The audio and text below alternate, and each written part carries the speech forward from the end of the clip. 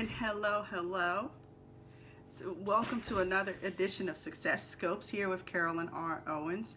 And so I'm trying something a little different today.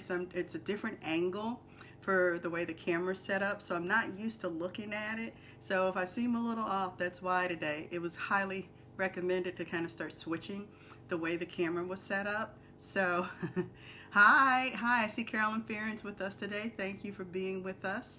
I really got to get used to this and trying to figure out, which way am I looking and stuff. So it takes a little adjustment, but we are back here. We weren't here last week. I was fortunate to be teaching a group last week. So it had me in the DC area for a day or two where I was delivering some awesome training on behaviors that sabotage your success. And I see that Cindy is with us here today. Thank you, Cindy, for being back with us. You know, that's two people who kind of consistently show up, Carolyn Farron and Cindy Owens, both.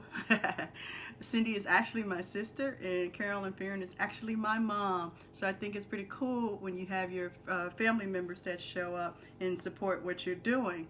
So for those who don't know me, my name is Carolyn Owens, and I'm the chairwoman and CEO of Infinity Coaching Incorporated, where we help you up-level your skills so you can up-level your income. And so we're here Monday at 2 p.m. Eastern and Friday at 2 p.m. Eastern. And on Mondays, we deliver tips and strategies that help you move forward in your career and your life. Just short bursts of tips and strategies, because we have so much information coming into us every day that it often leads to overwhelm, and you got to process everything and have time to implement it. And then on Friday we check back in, and then Friday we kind of follow up. It's called Follow-Up Friday, just to see, hey, do you have any questions? How did you do implementing the strategies? So, and today we've been talking a lot about sleep deprivation, and we're wrapping that up this week. And I like to call it the thief of the night. It's that little silent thing that can creep in that you don't pay attention to, because we're often in denial, because we live in a society that's taught hustle. If you're sleeping, I'll sleep when I'm dead, and we're told those different kind of things. But after a while, we don't realize the impact that sleep deprivation is having, not just on our bodies, but our life, our career, our relationships. So as a career coach, career strategist, leadership and life coach, so one of the things I talk to people about is looking at how much sleep we're actually getting and how it's impacting our life. And we talked about some of the impact. We talked about being in denial and some of the signs and symptoms and ways it can show up in your life. And we've been wrapping up the discussion talking about some strategies that you can use to get more quality sleep. Not just laying in the bed or, just not just jumping in for an hour and thinking, okay, this is enough for me. But how do you really begin to understand? And we talked about some of the environmental things that you can do, the temperature in your bedroom, wearing socks, the color of your bedroom, painting the walls, say a blue or a yellow, some more relaxing colors. We talked about aromatherapy. I showed you guys my diffuser. We talked about the lighting in the room and the mattresses and the pillows. And y'all remember, the bedroom's only good for two things, right? We talked about that too. It's funny because a friend of mine, after we talked about it the last time, she messaged me and told me, she heard it someplace else right after that. And in case you didn't remember, those two things we talked about were sleeping and sex. That's the main things you should be doing in that bedroom. Okay, but a lot of us bring that work into the bedroom. We keep TV on hours of the night, and it's not letting us get the sleep we need. So today I wanted to talk about some of the lifestyle changes that you can make that will help you get more quality sleep. That's going to help you wake up feeling energized and refreshed. And one of the first things is, if you have pets, and you think about, I've never been able to do this, but there are people who actually will bring their pets into the bed with them. They'll bring in the cats, they'll bring in the dogs. But here's the thing, cats tend to be pretty restless in the middle of the night, and dogs will end up kind of making noises and different things and moving. And so that prevents you from getting the quality sleep. And also, sometimes that dander and different things can kick off our allergens. Even though we're able to have the pets, we don't think about how it's affecting us when we're sleeping at night. So it may be time to kick Fluffy out the bedroom, you know, get rid of the dogs, get rid of the pets, get rid of the cats out of the bedroom, and see if that makes a difference. Now, if you have pets that are like, they can sleep peacefully, hey, it may work for you. But it's something to think about, because when you sleep and then you're in that mode, you may not realize how it's impacting you. So something to try. Another one we always hear about is caffeine, you know, giving up that caffeine early in the afternoon, because what we don't realize is the impact of having so much caffeine, and that while we think, oh, all right, I had it an hour ago and it's out of our system, it's not necessarily out of our system. It has to literally process its way out. Oh, I saw Danielle. I saw you pop in. Danielle is wonderful. I give her the content for my newsletter, and she makes it look good, formats it for me and everything, and so she's very supportive, holds me accountable too. So I'm glad to see Danielle with us here, and she's active on Twitter too, and it's Pope Consulting too, that you can find her at there. But that gives you the idea that when you're thinking about the caffeine, and don't just, people will think coffee and soda. Some teas have the much higher caffeine level than coffee does. And not to think some chocolates and different things have so much caffeine in it that we may not be realizing what we're consuming. And another one that I think you should give up anyway is quit smoking. So nicotine can act just like caffeine. It's a stimulant in our system, and it keeps people awake at night. And so people don't realize that smokers are 4 times more likely to feel tired when they wake up than people who don't smoke. You know, so that's something to think about. If you're, you know, a heavy smoker, you know, I'm one who I've known people and how smoking has affected them physically, that I don't, it's, you know, not good for you in general. So this is another reason why to give it up, is that, you know, that stimulant, that nicotine acting just like caffeine in your system, you can just, you know, try to let that habit go. And a lot of times you think about it, if you're, you know, single and you're a smoker and you meet somebody new, do they want to kiss you with that cigarette mouth, you know? So think about it. Another thing you'll think about is melatonin. So melatonin, it's a hormone. It is a hormone, excuse me, and it's a hormone that helps to regulate other hormones, but it also affects your circadian rhythm. And so that circadian rhythm is that 24-hour clock that we have with us, to where the let me get it right. In the evening, we produce more. Did I get it right? Let me make sure I have it right. Yeah, okay, I'm sorry, I had to think it through. When in the evening, we produce more melatonin, and in the daytime, we produce less. And the nurse here just chimed in and saying, yes, I have it right, that it is more. Cindy, who's here with us all the time, is a nurse. And so, yes, it is in the evening we produce more, in the daytime we produce less. And so what happens is we disrupt this 24-hour, the sleep cycle we have, by, you know, keeping the lights on, by staying up and having our minds in around that sunlight, around that light, be it from a lamp or any type of lights that are emitting. We talked about the lights from the cell phone, the lights from the TV, and also, you know, jet lag, traveling. There's different things that are disrupt that balance. So some of us we don't have enough of the melatonin when it's dark, when it's nighttime. And so you can also take supplements, the melatonin supplements, as in a pill form, that can help you increase the levels in your body. And a lot of people who have insomnia are told take that melatonin pills, because it's much, much better than taking a lot of the sleeping aids that are out there, because it's not habit forming and it's not addictive, where some of the sleeping pills that are out there can become addictive, and you find that you need those to sleep. And, you know, from what my viewpoint is, you don't want anything to have that much control over you, that addictive kind of behavior. So something else to think about is what you're eating and drinking. Okay, so your body isn't meant to be digesting food when you're sleeping. So if you're having a big meal close to bedtime, it's kind of giving your body to work overtime. It's feeling like it has to work to digest that food, and that's not what you want.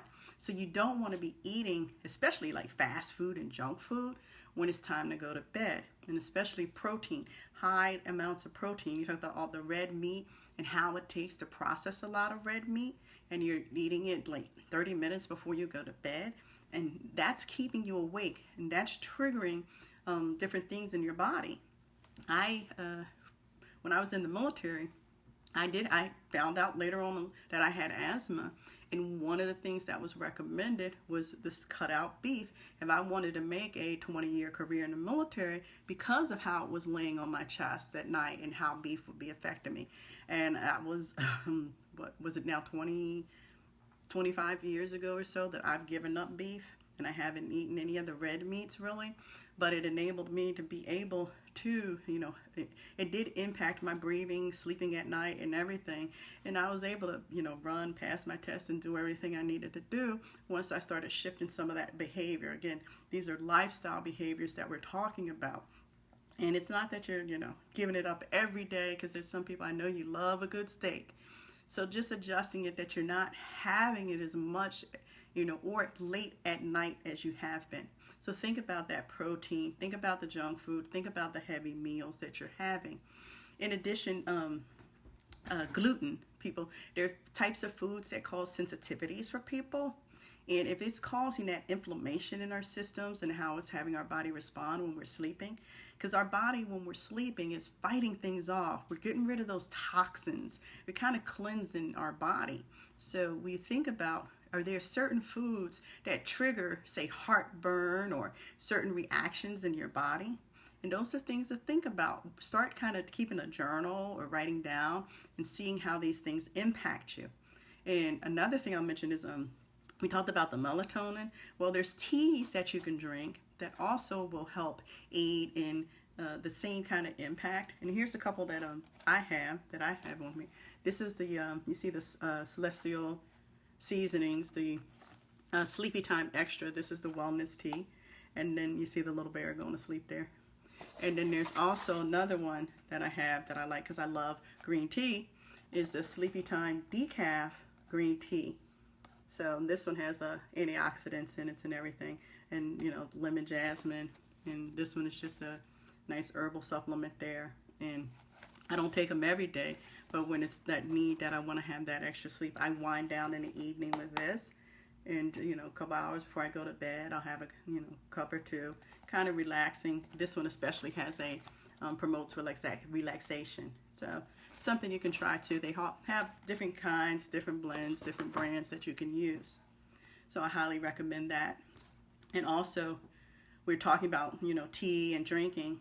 Consider alcohol.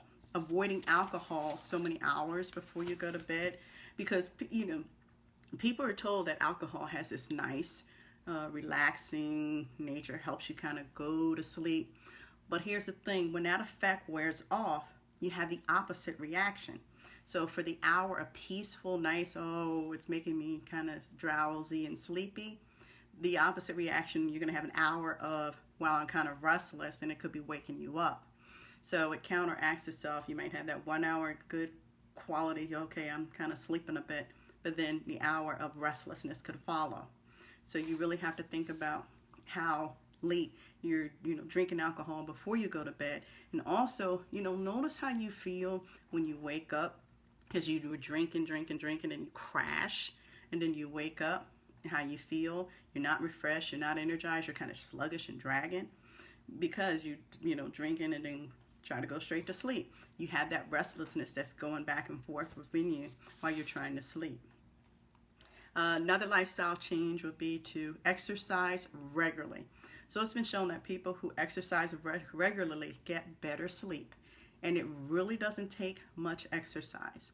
If you're walking 3 to 4 times a day, say we should be doing this anyway, about 30 minutes, 3 to 4 times a day. We're supposed to get, what, 10,000 steps a day? I know I don't. I may average 4,000 to 5,000 steps a day. But it really, like I said, just that little bit of walking can impact and shift the sleep you're getting. But here again, you gotta be careful that you're not, you want to finish the workout a couple of hours before you go to bed, because if you don't, you still have, then you're more energized and everything. You finished a good workout, but you want to be able to get the exercise done and kind of wind down. A lot of people prefer to work out in the morning if they can, or at least midday, like the lunchtime workout. So that's another thing that you can try. And taking a warm bath. Well, here's the thing, that nice, cozy, warm bath, it's the way that it raises your body temperature a little bit. But when you get out, your body then cools down and it drops to this particular body temperature, which equates to that how the brain readies itself for getting in the bed at night, going to sleep. So that warm bath, it'll raise it for a moment, but then as you get out, it's going to cool down and really prepare you for that sleep. So that's why a lot of people will take that warm bath and they say, oh, this is what I need to relax for. So it helps you fall asleep faster. It gives you better quality sleep. And one of the last ones that I want to mention is some type of yoga or meditation or prayer.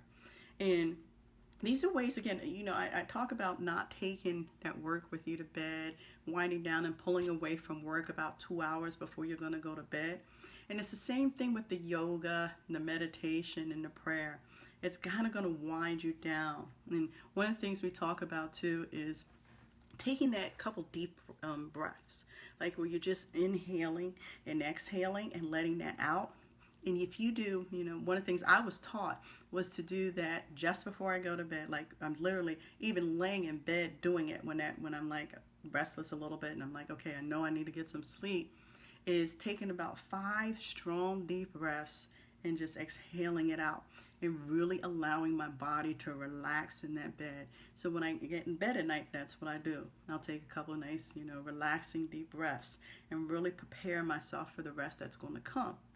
But I think that, prayer, meditation, winding the end of the day down that way is a great way to end. You've put the work away, you've shut off the TV, you've had your glass of water, and now you're about 30 minutes, 40 minutes before you are really winding down through some type of nice relaxation method. And I say meditation and prayer for me because that helps me get better, establish and strengthen the relationship that I have with Christ for me, which is my most important relationship, and that's that time to wind down. And a lot of people will think, well, ooh, meditation.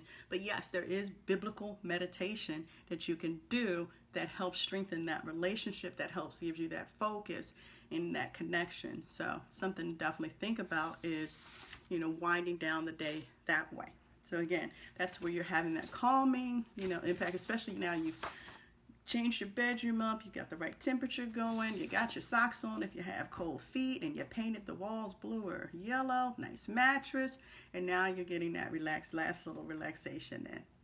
So those are the tips I kind of wanted to wind down with. And Friday I'll throw in a couple more, kind of close out this whole series that we've been talking about, that thief in the night, sleep deprivation. And I hope the tips and everything have been helpful for you, and you've implemented and tried some of them. I have gotten feedback that one of the most effective ones has been keeping the journal by the bedside and being able to clear out the mind and write down those thoughts and things. It's leading to some great things from people. And said that I've talked about people who had that notebook, and it has for them equated to a whole new business or ideas or concepts that have really moved their life and their business forward. So definitely that's probably one of the best feedbacks that I've gotten, is what it's stimulating, what it's bringing out as they write those thoughts down and they clear that mind.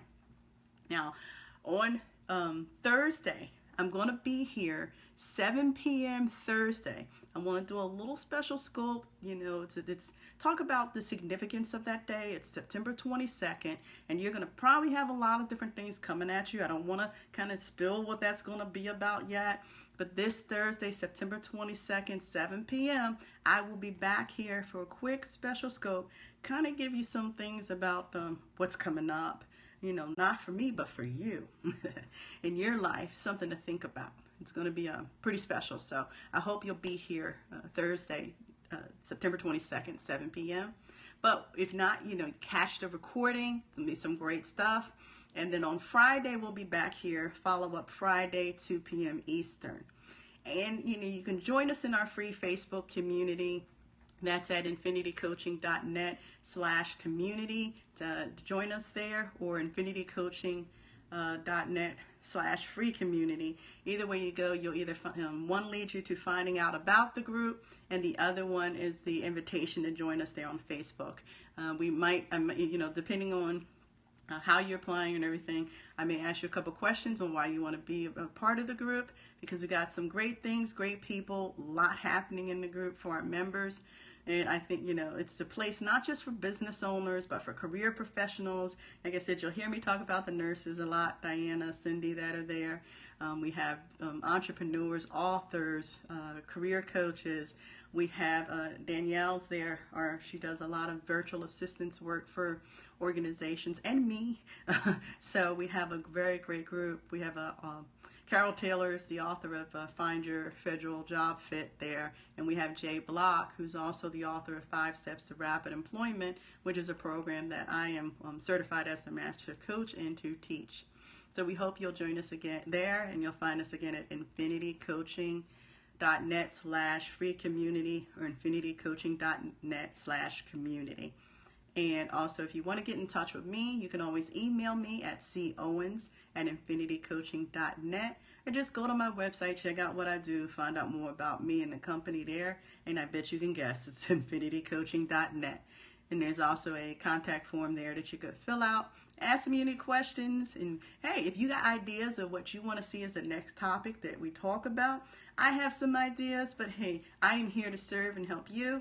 And as a career, leadership, and life coach, and having taught this stuff for, I won't tell you how long, but it's been a long time.